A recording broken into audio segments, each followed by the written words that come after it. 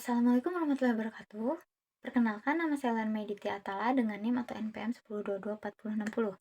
Di sini saya akan sedikit menjelaskan terkait liabilitas jangka panjang. Liabilitas jangka panjang adalah utang atau kewajiban yang dimiliki perusahaan dan harus dibayar dalam waktu lebih dari 12 bulan.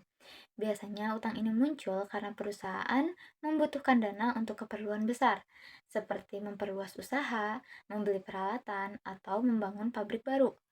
Dalam laporan keuangan, liabilitas jangka panjang ditampilkan terpisah dari utang jangka pendek, karena sifat dan jangka waktunya memang beda. Adanya liabilitas jangka panjang menunjukkan bahwa perusahaan punya tanggungan yang harus dipikirkan dalam jangka panjang. Dan ini juga menggambarkan bagaimana perusahaan membiayai aktivitas bisnisnya.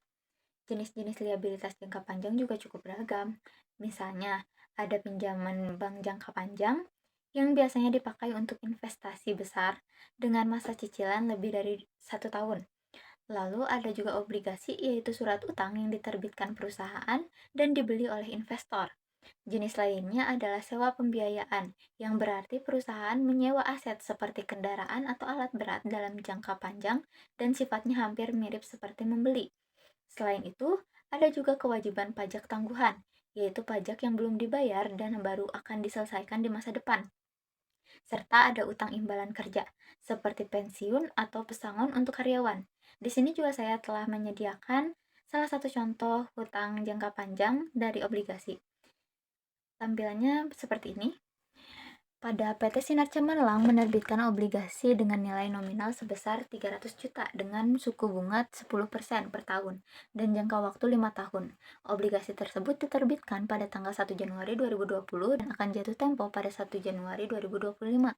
Pada saat penyusunan laporan keuangan tanggal 31 Desember 2024, karena tanggal jatuh tempo hanya tinggal 1 hari lagi, maka perusahaan harus mengklarifikasi utang obligasi tersebut sebagai liabilitas jangka pendek karena akan dilunasi dalam waktu dekat. Jurnal pada tanggal 31 Desember 2024 akan dicatat sebagai berikut. Ada utang obligasi di debit sebesar 300 juta, sedangkan di kredit tercatat akun bagian lancar utang jangka panjang sebesar 300 juta. Kemudian pada saat obligasi jatuh tempo dan perusahaan melunasi kewajibannya, dilakukan pencatatan jurnal sebagai berikut. Tanggal 1 Januari 2025 perusahaan akan mendebit akun bagian lancar utang jangka panjang sebesar 300 juta dan kas akan dicatat di kredit sebesar 300 juta.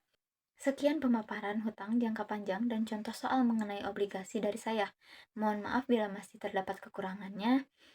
Wassalamualaikum warahmatullahi wabarakatuh. Terima kasih.